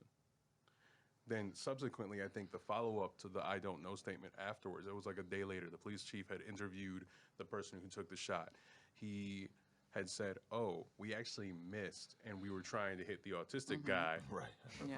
which makes even less sense Well, they because said they it's were not trying to okay. protect Just you. trying to. We're trying to protect you counselor. from the guy with Yeah. the fire truck, At that the point, toy fire truck. At that point, it was a cleanup on aisle 7. They were Yeah. trying, it was a cleanup on aisle 7. They were trying to, say, the media spin on it, right? And then when you,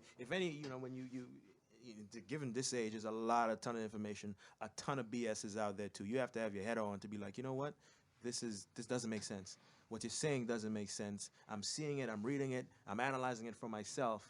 This doesn't make sense. If I can add something, I would add, and I know this is being podcast, but if this was like a closed conversation, I would say, like, to me, and I've been trying to think about myself, and I won't get back to, I would just say my perspective changed. Like, now I'm raising this black boy. I'm like, what am I doing to make a contribution? I feel like we have to, I don't know what it is yet, and I've got a couple of ideas, but I feel like we need to, like, do things to change the construct. Do you know what I mean? Mm-hmm. There's, like, successful people of color. To many people, anyone in this room is successful, right? We're all successful in our own right. And I feel like we need to do things to change that construct, to contribute to changing that construct. So part of this is a cop saying, I don't know any, the only black people I meet are, people that I'm chasing down or trying to arrest, et cetera.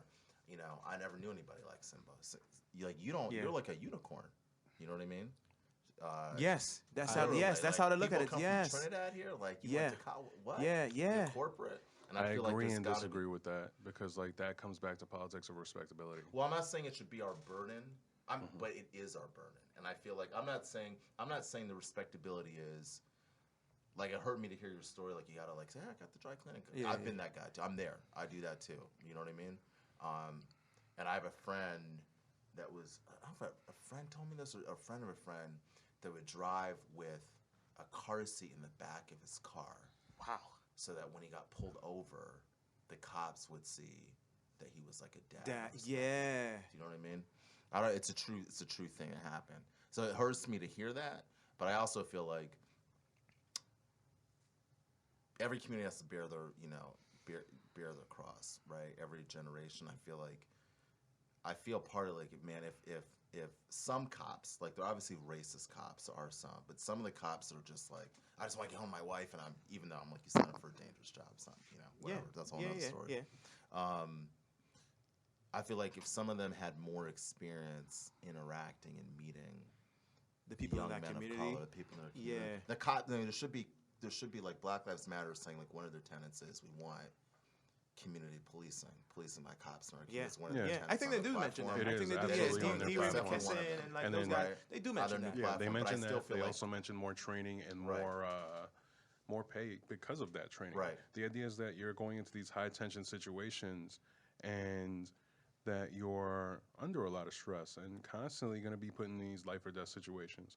So the idea behind that, why not pay you more and give you more agree with that. to better equip But you for these that, situations? to me, doesn't take advantage of. I feel like as a black dude, I should be who is. I'm not actually even successful, unfortunately, really the way I'd like to be. But I feel like I should just. Part of me is thinking, should I take it on myself to have different conversations with people outside the black community, other males, law enforcement, and should I be interacting with them more so when they run? Should you be an advocate for your own community in so order when to they run dispel into, these like, ideas? Right. Should I help them understand a different framework? Do you know what I mean? Like, what can I do to I do agree with you, that? but then why did you immediately disagree when he mentioned that, Kofi mentioned that, David? So that sure, that burden of, hey, you know what, I want to ensure that framework, what you have, that construct that you have. There's another one. Exactly. So when you're in that scenario, a situation like that, the first thing is, oh no, he's not another stereotypical black guy who's a thug. But no, you know what? No, I met some guys. Like, Right. these guys are lawyers. These guys are working corporate. These guys are, blue collar jobs, upstanding citizens, and they're not all bad like what I used to think back in, maybe a year or two ago. You know what? Hey, man, what are you doing? Like that. Right. You're gonna That'd be the mentally. ideal situation. I don't know if it's going to Yeah. happen, but yes. I agree with you. But why did you immediately disagree? And maybe I'm not sure if you Because- still do. Here's the thing. It's a yes and no. It's one part, yeah, we should be advocating. We should be going out there being the best of the best of the best. But we're human. Not everybody's going to be super successful. Not everybody's going to be the cream of the crop. I don't and mean that's just like, I just mean, like, No, I no, want I to get take what care you of my mean. family. I understand. I'm a regular Yeah. person. I get all that. And that's what I mean. Not everybody's going to be that person. Why should we be denied our humanity? Because your perception and the narrative that your people are putting forward is the one in which our humanity is not. We shouldn't. That's we one. shouldn't have to do it, but we have to do it. Yes, you're absolutely right. But the other thing is, I need to question how this institution is training the people that they train and the people that they're hiring and bringing on. Sure. For into that this type of world So job. you saying you this think it to takes happen. the burden Responsibility. off of The takes burden the burden shouldn't off of 90% be on us, but that's what I the agree. situation I has agree. been, and that's my issue with it.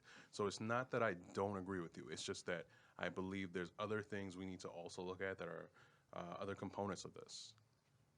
And I agree with that. Like, I definitely feel that a lot of the issue is just about cultural training. Like, I feel like they go through psychological training, physical training, arms training, but they don't go through cultural training. And I feel like even if it's, you're assigned to like the 42nd precinct in the Bronx. That's a completely different culture than if you were to be assigned to perhaps a precinct which had Brooklyn. some sort of, not just Brooklyn, No, because it's just Brooklyn's West worse, Indies. but Nope. another precinct or another, department where it was like upstate where there are black people, but it's a different culture of black people. And I just also want to put it out there too, like it's not that the police department is racist. Like I know plenty of like great humans, close friends who are like upstanding police officers who go out there every single day, put their lives out there, Yeah. and they interact with the community. And I feel like there needs to be more hires like that. It's the same way I feel about teachers. Like, there are some teachers who just don't care about the kids and they're doing it for a paycheck. And they're coming from like suburbia and they're Yeah. coming down here and they have no cultural connection, which is why those kids are failing in schools because there's no common ground, there's no understanding. So I think it definitely the department needs to do more about being careful of who they recruit, and because not everyone should be and allowed empowering to be a who cop. they Right. recruit, the good people You know? to not throw away and the it's careers. Not everyone should have the privilege of being a cop, and not everyone should have the authority that they're given. And I also want to put out there, like, it's not just like we always focus on, it's like, men of color, but women of color are dying. Absolutely. And no one's saying their names, no one's paying attention to them. So it's not even any longer like before it used to be like men of color, but no one of color is safe, unfortunately. And they also don't like give light to like perhaps like Latino culture or like Asian cultures who are maybe they're not as targeted, but they are also targeted. They have their own struggle. But they're also targeted too. Like they're being killed just as much as we are. It's just they're not. It's not given the light of day. I think another thing, one other thing to add to that, speaking to what you were talking about with all these people who are good who are getting hired, they are great people, but there's also a very interesting way in which they hire people. They go out of their way to look for people whose IQs are only at a certain level. And this has been reported multiple times. They're intentionally looking for people who are just in that kind of like, I guess military, I will follow orders kind of mindset, where if I see this, I do this, and they take action before actually thinking through and doing constructive criticism of what is going on or breaking down the situation and going, maybe I should do this kind of thing. But do you also think that it's the people like that who want to be in positions like this? Like maybe it's not necessarily like 100% of like the recruitment, because like I've never wanted to be a cop. But the recruitment knows that's because that. I don't follow orders. I don't like following orders. But where's your IQ level at? Yeah, but I feel that It's that illusion of power. You put on that suit, I could do whatever I want. You're just kinda saying the thing. same thing. You're talking about like the organization creating a culture of, I don't know anything about it, but the organization creating a culture of, Soldiers or something? yeah, and you're talking about those people being attracted. Yeah. That's a known culture, and those Yeah. people being attracted to it. But if the organization changed the culture, Yeah. theoretically, more people Yeah. would thus maybe want to be cops. Exactly. I think there needs to be an issue for cops who are like, I have friends that are cops, and I get the impression it's hard to report things without putting yourself in professional danger. Let's say, and that's a I problem. think it's That more than blue wall professional of- danger. that Real. blue wall Yeah. of Personal silence. danger. Yeah. And I think a lot of times what happens, and I think that's why people, a lot more cops, good cops, because I think it's right, is not all cops are bad. Not all quote unquote black kids are, so like, and everyone's just lumping each group. Sure. Oh, all cops are bad. All blacks, are bad, and that's not the case. But I do think, man, I lost my train of thought.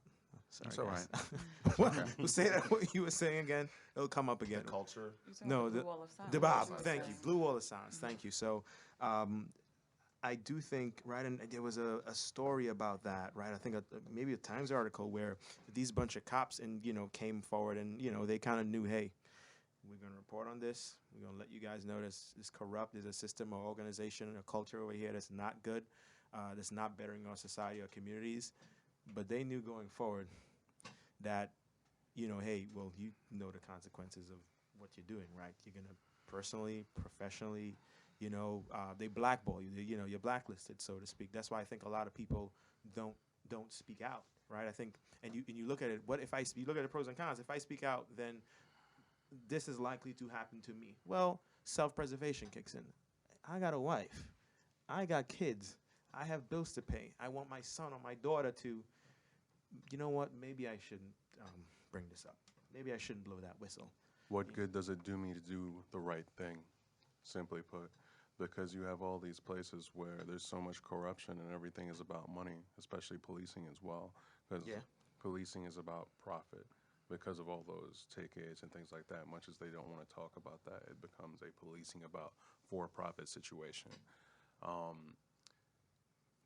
It really gains someone who is trying to do the right thing and participate in their community and whatnot, nothing almost to do the right thing, to report these people and bring them in, because then you face the threats from your coworkers. You face this traitor branding from your own teammates. You would hear, I think it's clear as day in some of those those videos what's happening, and people have interview with cops, right? And that blue wall of silence kicks in. And, well, I don't know.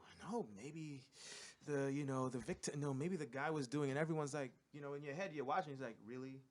That really comes on your face? Like, are you seriously trying to wiggle your way out of that? Like, what logic or sense or argument you can make right now that would justify what happened? And they're doing that because of that blue wall of silence. Mm-hmm. They're doing that because, the idea is, you don't work, you don't go through a 9 to 5 or, longer 24-hour day, and you don't go through what I go through. We're a brotherhood, we're a fraternity here, and we got to protect each other.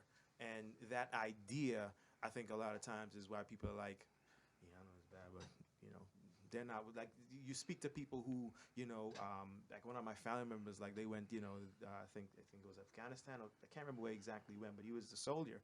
And what they go through over there, like he would tell stories, and he is forever, those guys who went with him, they're his brothers.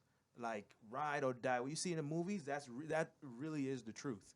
And I think maybe sometimes the cops, right, they have that same kind of structure. Hey, you guys you're not cops. You're not dealing with what I'm dealing with. You don't know what it is to be a cop.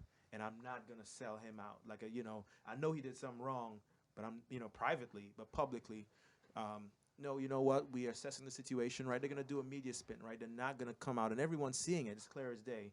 And I think that is a problem. But it's really, I'll be honest, it's really difficult to do those things. It's quite courageous to do something like that.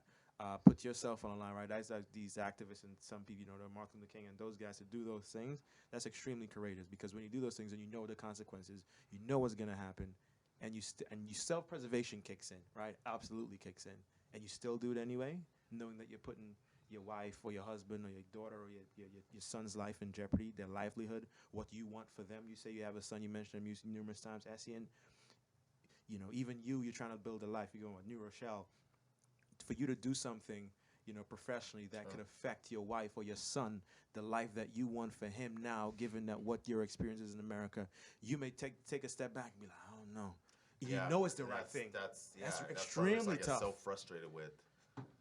I think we've let our celebrities generally just get off with very little commitment to the community. People that have resources, that have voices, I feel like we have not demanded enough from them. I agree.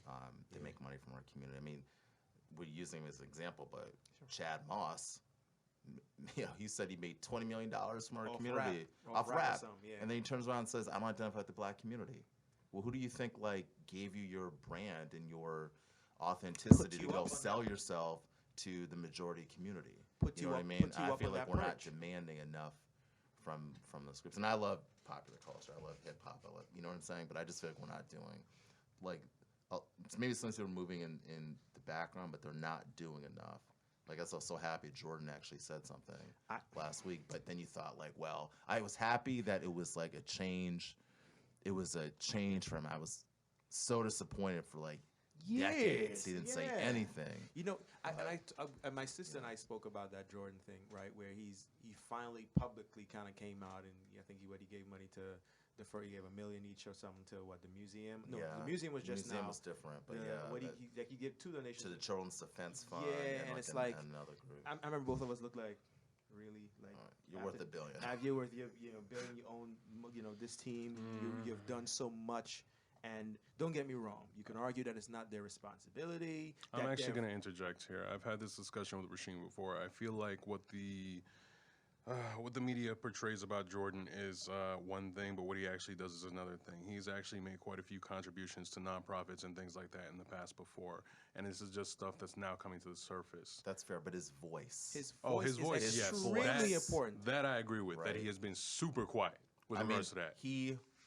There are so many 40 through 60-year-old powerful, let's say, white men that would say, wait, if Jordan said this, I may not agree with it, but I gotta think about it. You know what I mean? And he's been, I don't know everything he's done, and frankly, behind closed doors. I can't speak to that, but I just feel like the absence of his voice on key issues, and a lot of these entertainers, to me, is just, I wish we could do more to basically say, if you want our support, I wish we did do more. If you want our support to help you achieve your goals, you have to help the community. It can't be about handing out turkeys on Christmas or Thanksgiving. That's not. Or enough. giving out, school bags for back to school. I'm just not. I just think that's back to me. We're not demanding enough generally. So I gotta stop you all there. Okay. All right. We all gonna definitely continue this conversation. I feel it might be a third part that comes, but I know we didn't get to all the questions that were I came up with, but I feel like we still need to have a conversation based on those questions as well. So I'm definitely open, and I hope everybody here will be open to coming back, and we're doing a part 2 to continue to to talk about these questions that were posed, and of course continue the conversation within this space, outside of the space. I think it's important that we start having more conversations. If it's with your child, it's so forth. I just feel like it's something that needs to happen. It needs to take place, because I think we are kind of like placing ourselves at disadvantage by not having these conversations and continuing to talk about it and share it with others, get their perspective. So I think it's just important for us to start being more proactive on that level when it comes to that. So we're wrapping up the episode today. We have our Facebook page, Audio Mac, YouTube. So definitely this is where people who are listening can actually go to and check out what we have and what we are presenting. If anyone wants to plug anything, you can plug it now. Special projects you might be working on or whatever, feel free to share that information if you like. I will share. So I will take the opportunity. So our company is about academic empowerment. So it's a company called Admit Me. It is a platform to help make sure that no kid ever applies to college alone. And so every kid basically gets some kind of help, because there's so many kids right now. Like the average teacher to student ratio is or guidance counselor to student ratio is over 500 to 1 in a lot of places. And the average kid's getting, the average kid's getting about 38 minutes a year for their college support. Not that college is everything, but it's obviously an access point. And so you need to build that it's prep. free, by the way, too. It's a free platform. So we're trying to figure out as a company how we kind of get involved with these activities. 'Cause I feel like if you're as a parent worried about your kid even living to 18, that's like a first step to then say, okay, my kid's like 17, 18, now I'm going to think about how I position him or her, or even like 14 in high school, whatever. So we're trying to figure out as a company how we get involved, but we do have the site. I want people to give us feedback. What's the website? Admit.me, ADMIT.me. Okay. And I want more people of color on the platform, period. So. Do you have any social media sites to plug? Facebook, @admit.me on Twitter, facebook.com/admitme on Facebook, and that's it. Okay, perfect. Anybody else? Good. Well, I'm sorry, go ahead. Facebook page is Curious Success. On YouTube, we are The Curious Success. On Twitter, we are Curious Success. like, comment, subscribe. We need those follows. And also leave your comments and your questions. We also leave the resources for some of the things that we have discussed, as well as the books that we've read on those pages. So definitely check them out, follow through, and even feel free to submit your own resources as well, or things that you think that might help progress that conversation. Definitely. And all feedback is welcome. Please give us some feedback. All right. Thank you, guys.